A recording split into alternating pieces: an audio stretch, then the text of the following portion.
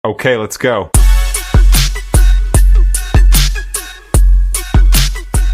Good day everyone, I am Layward Inaro S. Bobochok and this is my partner Aikiko G. Anterola. And welcome to our journey through Kyoto and Suma, two places deeply connected to the world of the tale of Genji. So today, we are not just visiting historical sites, we are stepping into the life and emotions of Hikaru Genji, the shining prince of Japan's most famous literary masterpiece. As we begin in Kyoto, imagine a city filled with elegance, poetry, and royal court life, where beauty and status meant everything. This was the heart of Genji's world, but also full of hidden conflicts and rivalries. As our journey continues to Suma, you will notice a big change in atmosphere. From the grand palaces of Kyoto, we move to the quiet seaside of Suma, a place of exile, reflection, and solitude. This is where Genji faced one of the most difficult chapters of his life, away from power and surrounded by nature. So as we explore these places today, I invite you to not only see the sights, but to feel the story. Because in every temple, every breeze, and every wave, the spirit of the tale of Genji still lives. Let us begin our tour. Welcome to our first destination, Kyoto. In the Heian period, a time when Kyoto called Heian-kyo and also the imperial capital of Japan. It was the center of political power, culture, and aristocratic life during the Heian period.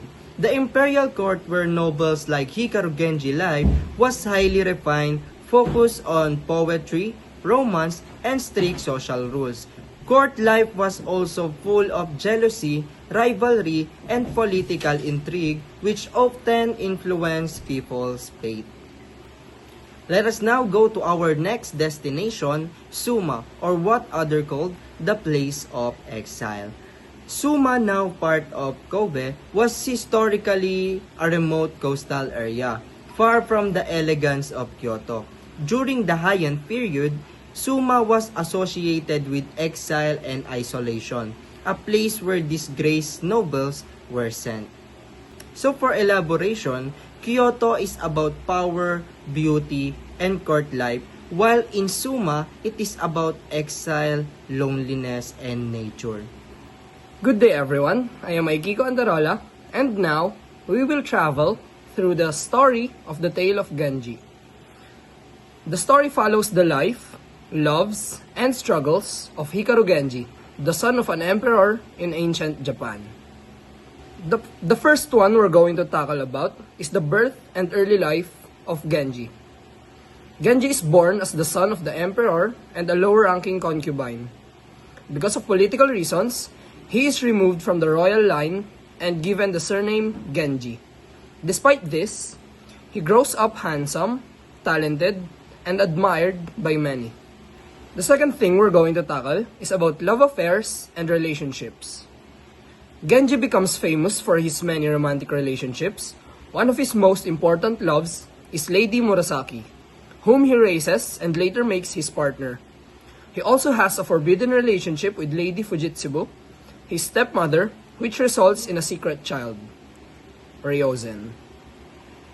The third thing I'm going to share with you is his exile and hardships. So, due to political conflicts and scandals, Genji is exiled to a rural place called Suma. During this time, he reflects on his life and suffers emotional loneliness. The fourth one is the return and rise to power. Genji is later allowed to return to the capital, where he regains power and status. He builds a grand residence and continues his romantic and political life, becoming one of the most powerful men in court. The fifth one is later life and decline. As Genji grows older, he faces sadness, loss, and regrets, especially in love. His relationships become more complicated, and the people around him suffered.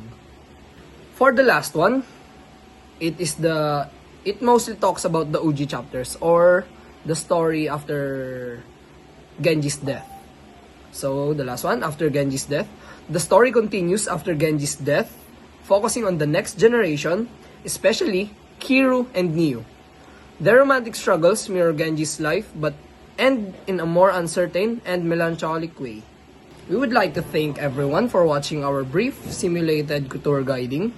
We hope you have enjoyed it, and we are grateful for your continuous support on our journey. Okay, let's go.